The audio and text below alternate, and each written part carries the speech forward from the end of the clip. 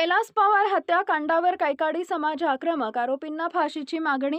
जिल्हा पोलीस अधीक्षकांना निवेदन सादर. फरार आरोपींना तातडीने अटक करून कठोर कारवाईची मागणी. आज दिनांक 22 रोजी बुधवारी सायंकाळी 5 वाजता मिळालेल्या माहितीनुसार जालन्यातील कैलास दत्तू पवार हत्याकांड प्रकरणात कैकाडी समाज आक्रमक झाला असून आरोपींना फाशीची शिक्षा द्यावी अशी मागणी करण्यात आली आहे. 17 एप्रिल रोजी कैलास पवार यांची निर्गुण हत्या करून त्यांचा मृतदेह दरेगाव वन विभागात टाकून दिल्याची धक्कादायक घटना उघडकीस आली होती. या प्रकरणातील एक आरोपी विकी मंडळे सध्या पोलिसांच्या ताब्यात असून इतर 4 आरोपी अजूनही फरार आहेत.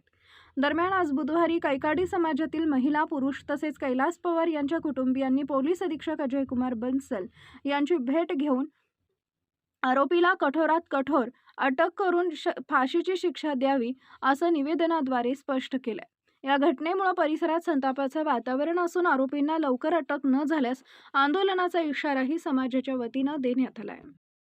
हत्येतील आरोपींना अटक करण्यात यावी यासाठी आपण आज जालना जिल्ह्याचे सन्माननीय पोलीस अधीक्षक साहेबांना भेटलेलो आहोत आणि या हत्येसंदर्भात सर्व आरोपींना अटक होऊन त्यांच्यावर कडक गुन्हे दाखल करण्यात यावं, त्यांना कडक शिक्षा लागावी अशा संदर्भात आपण संपूर्ण चर्चा माननीय SP साहेबांशी केलेली आहे.